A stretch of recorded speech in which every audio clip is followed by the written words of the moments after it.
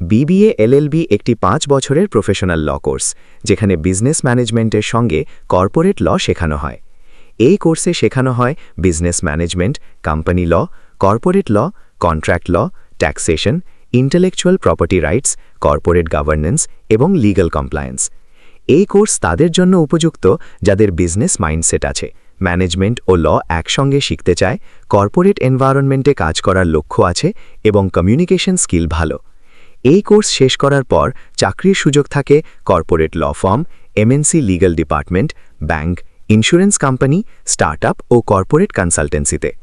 ইন্ডিয়াতে কাজের সুযোগ পাওয়া যায় corporate legal firm, company compliance team, HR legal department এবং বিজনেস অ্যাডভাইজারি সেক্টরে, যেমন এআর এর লিগ্যাল কমপ্লায়েন্স টিম, এলইটি এর কর্পোরেট লিগ্যাল ডিপার্টমেন্ট এবং রেপিউটেড কর্পোরেট ল ফার্ম।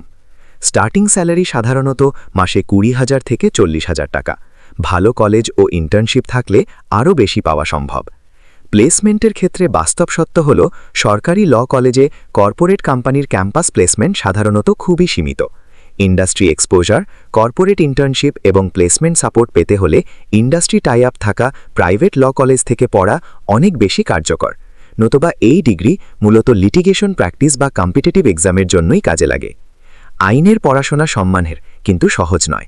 প্রথম কয়েক বছর ইনকাম কম থাকতে পারে, পরিশ্রম বেশি লাগে, ধৈর্য দরকার। শুধু ডিগ্রি দেখেই নয়, আপনার সন্তানের ইন্টারেস্ট, পার্সোনালিটি এবং লক্ষ্য বুঝে বিএ এলএলবি বা বিবিএ এলএলবি বেছে নেওয়া জরুরি। ভুল কলেজ বেছে নিলে ডিগ্রি থাকবে কিন্তু সুযোগ থাকবে না। সঠিক জায়গা থেকে করলে এই কোর্সই সম্মান, স্থায়িত্ব এবং উজ্জ্বল ভবিষ্যৎ দিতে পারে।